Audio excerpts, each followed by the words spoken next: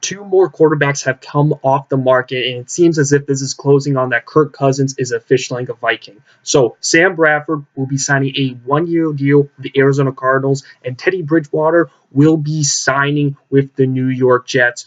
And when it comes to it and all, that's not the only quarterback that the Jets signed today. They also signed Josh McCown today as an insurance policy.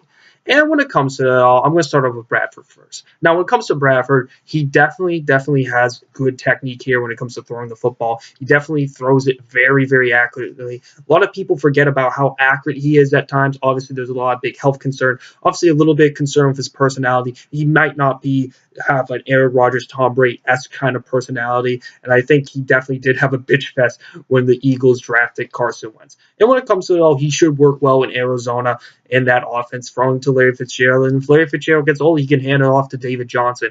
And obviously, that might be a good enough talent to carry the Cardinals potentially to the playoffs. It might be a little bit of a stretch right there, but he is a one-year option. And this does not rule out the Cardinals drafting a quarterback. They could easily draft maybe a Josh Allen or a Josh Rosen if they fall to them. And I think those are two quarterbacks that could potentially work in Arizona following that system right there.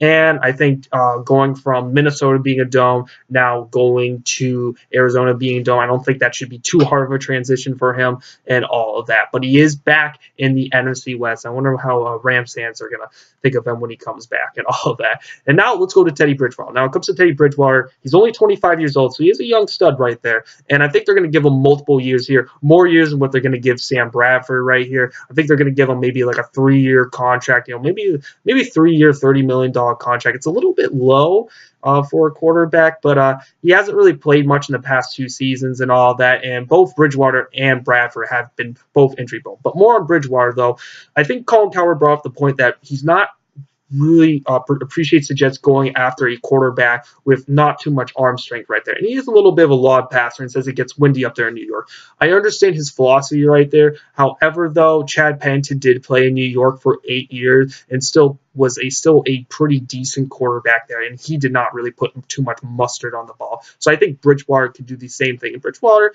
as the NFL article says, that he actually does have a good deep ball right here. And that's really what Todd Bowles really wants from that offense, really good deep ball. And then, obviously, if the deep ball's not open, just chuck it down to Bly Powell.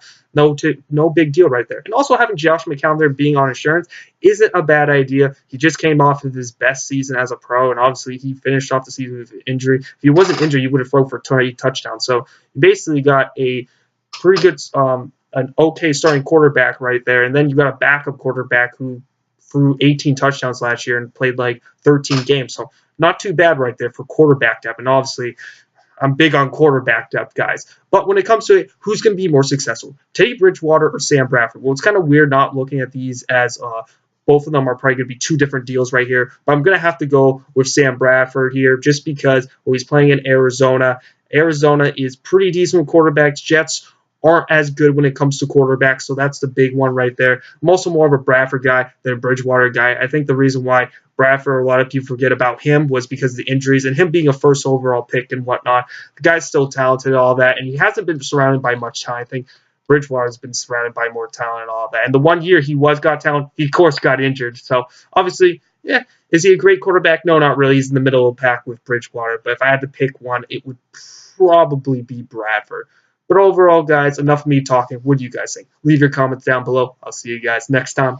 Peace.